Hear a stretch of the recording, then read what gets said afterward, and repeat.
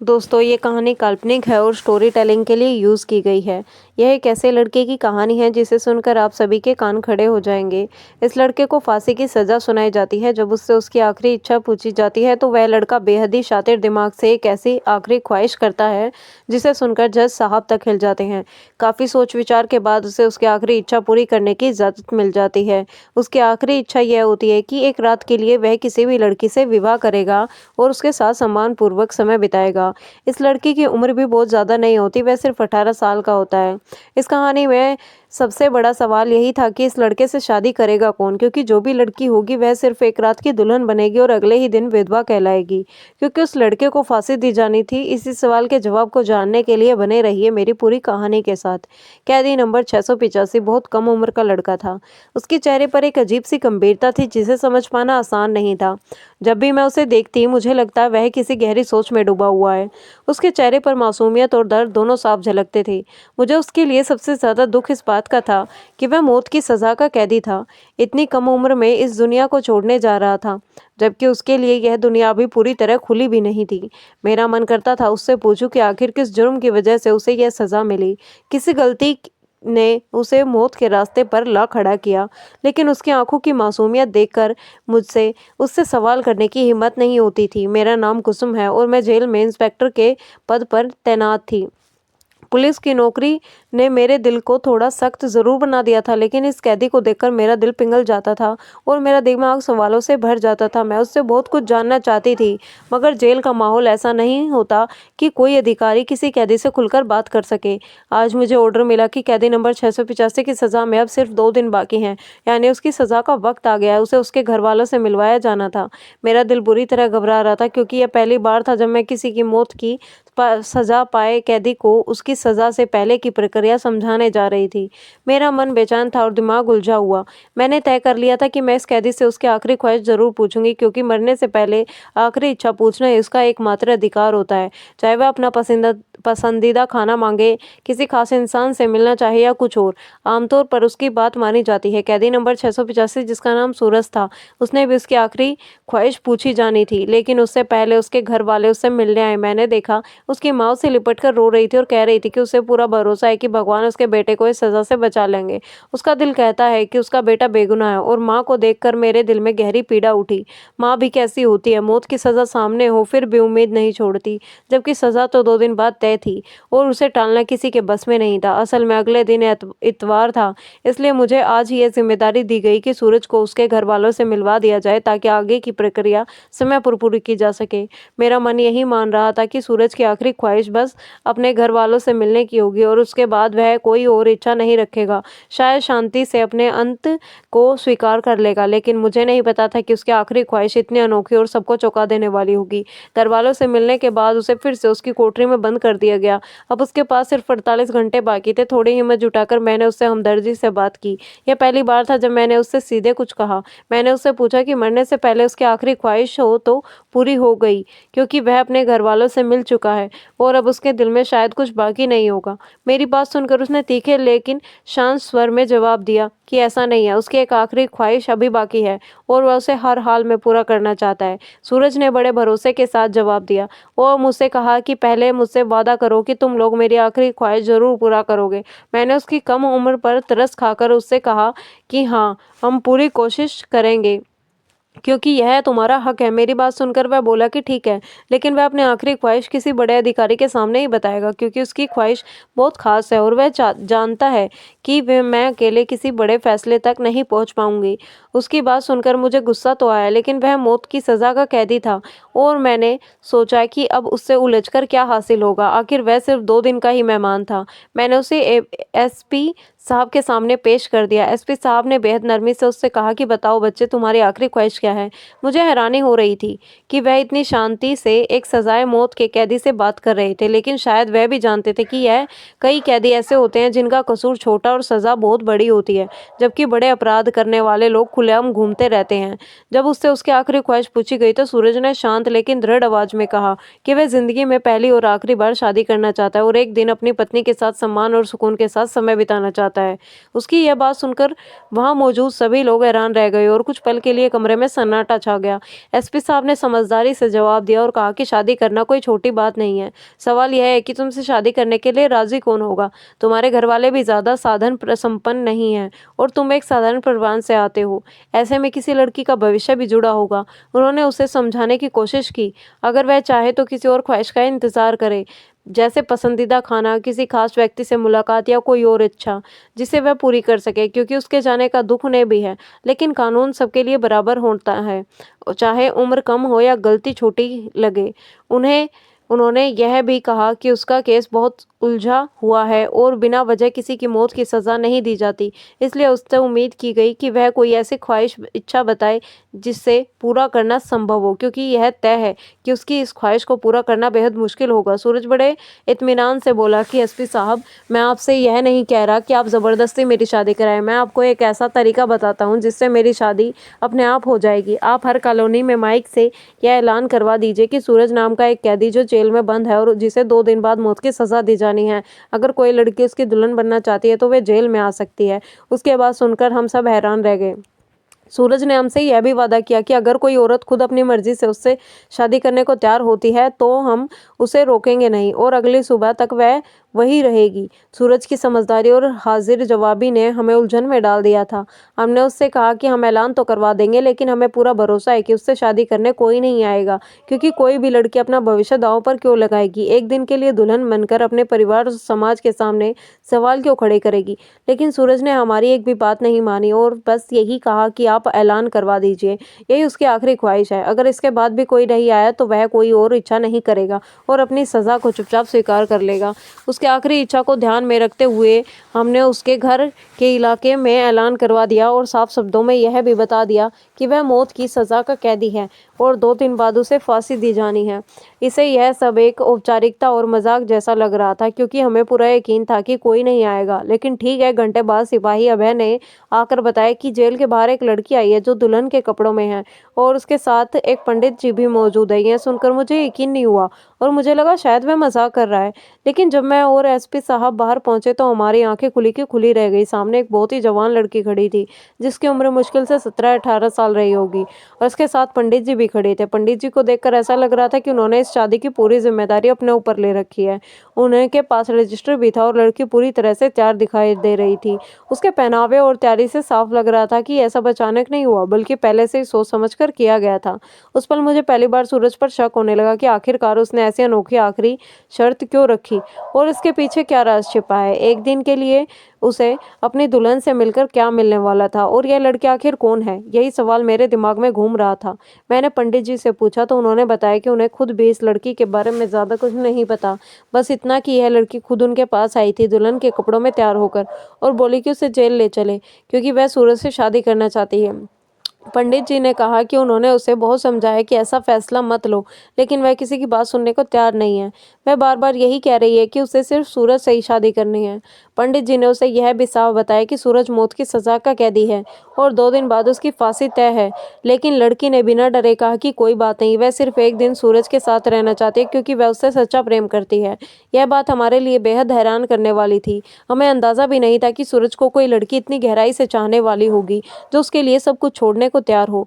बात अजीब ज़रूर थी, लेकिन हमारा काम उसकी आखिरी ख्वाहिश पूरी करना था, इसलिए हमने कोई आपत्ति नहीं की। पंडित जी को बुलाया गया, सूरज को उससे जेल से बाहर ऑफिस में लाया गया और वहीं दोनों की शादी की रस्में पूरी कराई गई। शादी के बाद सूरज ने शांत स्वर में कहा कि अब वादे के अनुसार उसकी दुल्हन को उसके सेल में भेज दिया जाए ताकि वह उससे बातें कर सके और दोनों साथ बैठकर अपनी पुरानी यादें ताज़ा कर सके। उसके बाद वह खुशी खुशी अपनी सज़ा स्वीकार कर लेगा, क्योंकि उसे अपनी मोहब्बत मिल चुकी थी। उसकी बातें सुनकर मेरी आंखें भर आई। मैंने मन ही मन सोचा कि सच्चा प्यार शायद ऐसा ही होता है, लेकिन मुझे यह अंदाज़ा नहीं था कि इसके पीछे इतनी बड़ी और चौंकाने वाली कहानी छिपी है जो आगे चलकर हम सबको हिला देने वाली थी।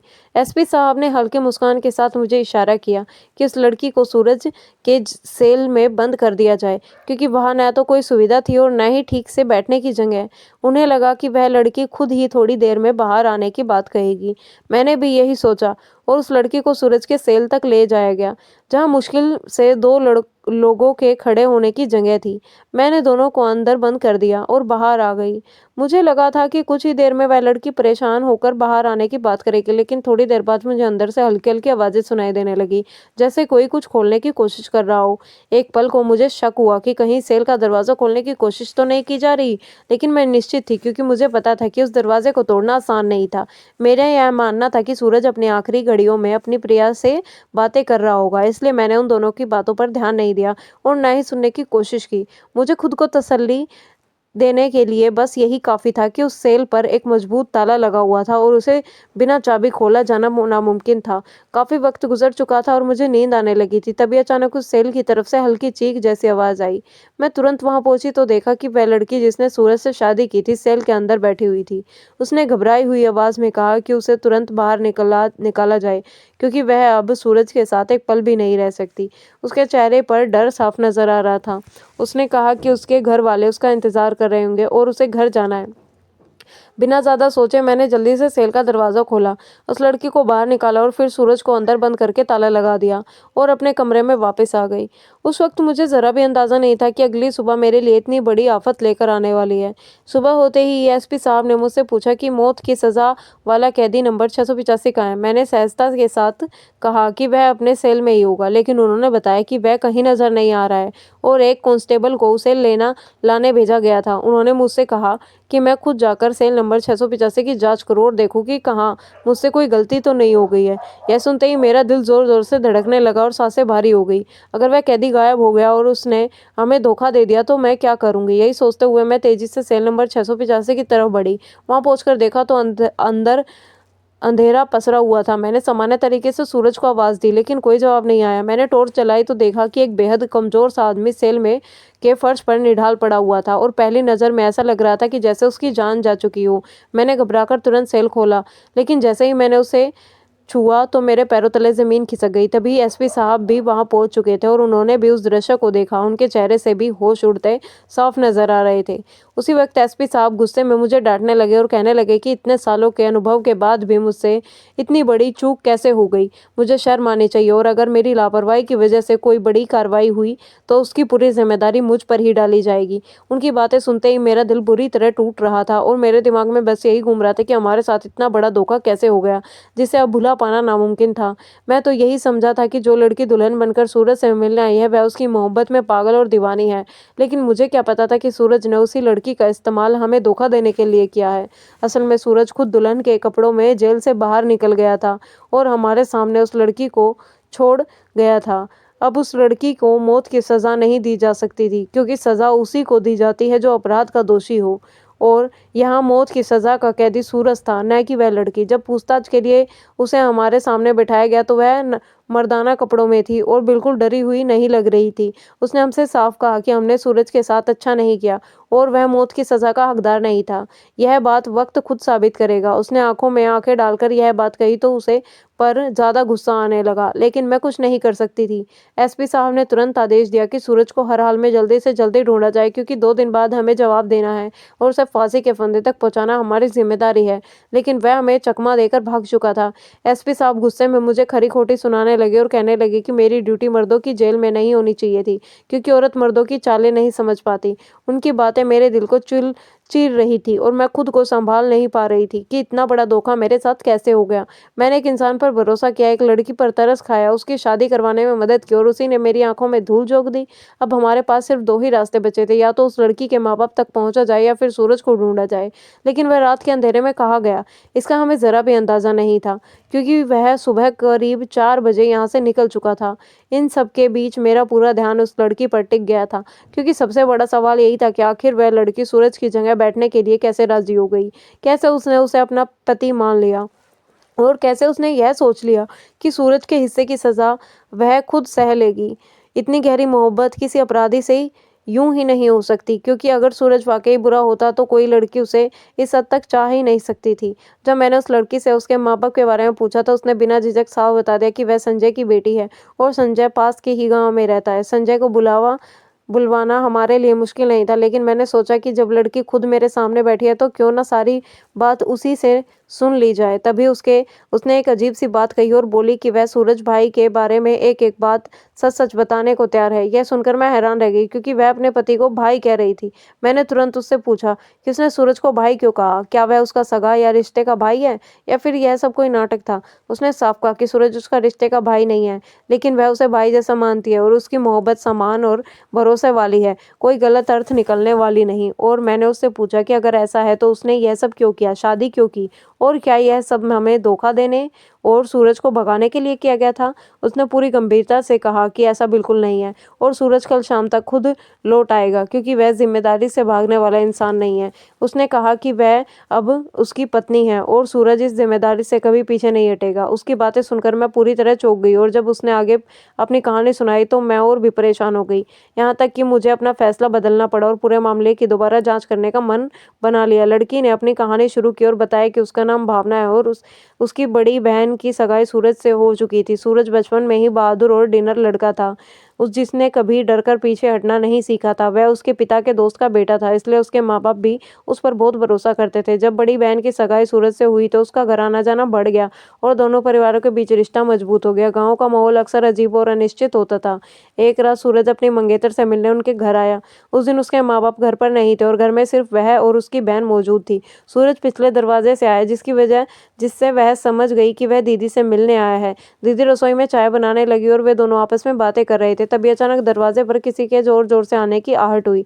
मैं घबरा गई और पहले तो लगा कि शायद मम्मी पापा आए होंगे, लेकिन जब मैंने दरवाजे से बाहर जाकर देखा तो वहाँ 3-4 आदमी खड़े थे। उन्हें देखकर मेरे दिल में डर उतर आया, क्योंकि मैं जानती थी कि वे गाँव के बदमाश थे, और उन्हें देखकर ही मेरा खून जैसा जम गया था। उस वक्त बस यही तसल्ली थी कि सूरज हमारे साथ घर में मौजूद था, लेकिन हालात बेहद डरावने होते जा रहे थे। मैंने उनसे डरते हुए पूछा कि तुम लोग कौन हो, तो उन्होंने धमकाते हुए कहा कि दरवाज़ा खोल दो वरना हम इसे तोड़ देंगे। मैंने बहुत विनती की और कहा कि हम घर में सिर्फ 2 बहनें हैं, आप लोग यहाँ से चले जाएं, लेकिन उन्होंने गाली गलौज करते हुए कहा कि वे वापस नहीं जाएंगे और आरोप लगाने लगे कि हम गाँव में गलत बातें फैला रहे हैं और उन्हें साफ खबर है कि हमारे घर में एक लड़का आता है। यह शोर सुनकर सूरज जीजू भी बाहर आ गए और उन्होंने घर का दरवाज़ा खोल दिया, फिर मुझे अंदर जाने के लिए कहा। मैं डर के मारे अंदर कमरे में चली गई, लेकिन सूरज जीजू उन लोगों से बात करने लगे। उनमें से एक आदमी ने बेहद आपत्तिजनक और घटिया टिप्पणी कर दी, जिसे सुनकर सूरज जीजू खुद पर काबू नहीं रख पाए, क्योंकि कोई भी इंसान अपनी होने वाली पत्नी के बारे में ऐसी बातें बर्दाश्त नहीं कर सकता। हालांकि उस वक्त सूरज जीजू ने खुद को संभाल लिया, क्योंकि वे खाली हाथ थे और उन बदमाशों के पास हथियार थे, इसलिए उन्होंने समझदारी से काम लिया और बात बढ़ाए बिना उन्हें वहां से भेज दिया। लेकिन इसके बाद यह सिलसिला रोज का बन गया और वे बदमाश अक्सर हमारे घर के बाहर मंडराने लगे। जब भी मामा पापा घर नहीं होते थे, वे हमें डराने और परेशान करने लगते थे। फिर एक दिन ऐसा हादसा हुआ जिसने हमारी जिंदगी को हमेशा के लिए बदल दिया। मेरी दीदी अपने कमरे में सो रही थी, तभी खिड़की तोड़कर एक बदमाश अंदर घुस आया। उसी समय सूरज जीजू भी घर पहुंचे और उन्होंने उस आदमी को अंदर घुसते देख लिया। यह दृश्य उसने सहन नहीं हुआ और वहीं से हालात बिगड़ गए। जो हुआ वह एक भयानक टकराव था, जिसमें न सिर्फ मेरी बहन की जान चली गई, बल्कि सूरज जीजू से भी एक ऐसी गलती हो गई जिसके बाद उन्हें उसी अपराध के आरोप में मौत की सजा सुनाई गई। अगर हम लोग अमीर होते और हमारे हाथ में ताकत होती तो शायद यह सब कभी नहीं होता, क्योंकि जब किसी के घर पर हमला हो और उसकी इज्जत पर खतरा आए तो कोई भी इंसान फूल बरसाकर जवाब नहीं देता। सूरज जीजू ने जो किया वह अपनी इज्जत और मर्यादा की रक्षा के लिए किया था, और उस हालात में किसी पर केस बनाना भी कि नहीं चाहिए था। लेकिन गांव के ताकतवर लोगों ने सूरज जीजू की जिंदगी को नर्क बना दिया। पहले वह करीब 6 महीने तक इधर उधर छुपते रहे, लेकिन आखिरकार उन्हें पकड़कर जेल भिजवा दिया गया। हमें यह भी पता था कि अगर वह जेल से बाहर निकलेंगे तो भी वे लोग उन्हें जिंदा नहीं छोड़ते, जबकि गलती हमारी नहीं थी बल्कि उन लोगों की थी जिन्होंने हमारे घर पर गलत नज़र रखी और हमें बिना गुनाह के सज़ा दिलवाने की कोशिश की। सूरज जीजू की मां ने मुलाकात के दौरान उन्हें यह पूरा मंसूबा समझाया था, और मेरी मां ने उन्हें कसम देकर कहा था कि वह अपनी दूसरी बेटी तक उन्हें सौंपने को तैयार है, लेकिन सूरज को सज़ा नहीं होनी देंगे, क्योंकि हमारे परिवार को उनकी सबसे ज़्यादा ज़रूरत है। यह कहते कहते वह फूट फूट कर रो पड़ी थी। मुझे समझ नहीं आ रहा था कि इस केस का अंजाम क्या होगा, लेकिन भगवान की कृपा से कुछ अच्छे लोग भी थे जिनकी पहुंच बड़े अधिकारों तक थी। सूरज जीजू उसी दिन शहर गए और एक बड़े अधिकारी के सामने पूरा मामला रखा। उस अधिकारी ने एक काबिल वकील की मदद की, और यह सच है कि अच्छे वकील से पहचान कई बार इंसान को जेल की सलाखों से बचा लेती है, लेकिन यह केस तो बहुत आगे बढ़ चुका था। फिर भी वकील की मजबूत दलीलों और सच्चाई के सामने आखिरकार सच जीत गया। सूरज के खिलाफ मौत की सज़ा का केस कोई ठोस आधार नहीं नहीं था। उन्हें अपनी सफाई रखने का मौका भी नहीं दिया गया था और न ही उनके पास कोई अधिकार था, न उनके नाम पर कुछ दर्ज था। आखिरकार कोर्ट ने उन्हें बरी कर दिया। शायद भगवान ने उनकी सच्चाई, मोहब्बत और सच्चाई की लाज रख ली थी, वरना इतने बड़े केस से किसी को बरी होते मैंने पहले कभी नहीं देखा था। मेरी भगवान से यही प्रार्थना है कि वह हम सबको सच्चाई के रास्ते पर चलने की ताकत दे, ताकि हम किसी का नुकसान न करें और अपने सच पर डटे रहें। अगर आपको आज की कहानी पसंद आई तो वीडियो को लाइक ज़रूर कीजिए, अपने दोस्तों के साथ शेयर कीजिए। अगर आपने अभी तक हमारे चैनल को सब्सक्राइब नहीं किया है तो ज़रूर कर लीजिए। मिलते हैं कल एक और नई दिलचस्प कहानी के साथ। मुझ पर अपना प्यार और स्नेह बनाए रखें। आप सभी को मेरा प्यार।